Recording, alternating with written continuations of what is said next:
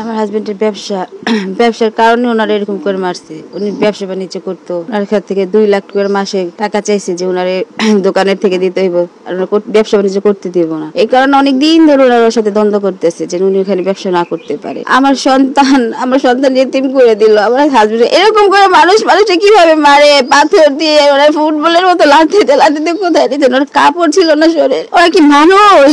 ওরা কি কোনো মানুষ ছিল? এরকম করে কিভাবে মানুষ মারলো? আমি সরকারের কাছে আমার স্বামীর হত্যার বিচার চাই, ওদের এরকম ফাঁসি চাই। আর কোনো মানুষ যাতে স্বামী হারা না হয়, আর কোনো সন্তান হারা না হয়। আমার ছেলে মেয়ে এতিম করছে। আমার এই ছেলে মেয়ে আমি এখন কোথায় দাঁড়াবো? আমার ছেলে মেয়ের ভবিষ্যৎ, লেখাপড়া, আমার মেয়ের বিয়ে কে দিবে? আমি যে কোনো কোথায় যাবো? আমি সরকারের কাছে একটা দাবি, আমার হাজবেন্ডের বিচার চাই, আর আমার ছেলে মেয়ে নিশ্চিন্ত চাই, ওদের ভবিষ্যৎ চাই। আমি আপনাদের কাছে শুধু একটা অনুরোধ, আমার ছেলে মেয়েরে দিতে বিচার করেন। আমি সুস্থ বিচার চাই। ওনার ব্যবসা আটকে রাখছে, উনি ব্যবসার জন্য অনেক করছে, ছেলে মেয়েদের ভবিষ্যতের জন্য এগুলো করছে, ওনারা এটা করতে দেয় নেই। আমার ছেলে মেয়ের এখন রাস্তায় নামাই দিছে, আমি এখন কি করবো? আমার ছেলে মেয়ে আমি কোথায় দাঁড়াবো? আমার ছেলে মেয়ে আমি কিভাবে করবো? আমি কিভাবে পারবো?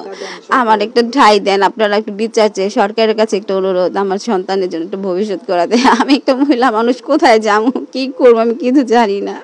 আমার হাজবেন্ডের বিচার চাই, আপনারা এরকমই বিচার করেন, আর কোনো মানুষ জানি কখনো এরকম কারোর করতে না করতে পারে। মানুষ এভাবে মারে, আমি জানি না। আমি আমার স্বামীর হত্যার বিচার চাই। আমার সন্তানদের যারা এতিম করছে তাদেরকে আমি শাস্তি চাই, এমন শাস্তি হোক যারা বুঝতে পারে মানুষের কতটা কষ্ট হইতেছে, মানুষ কতটা নির্দয় হলে এরকম করতে পারে।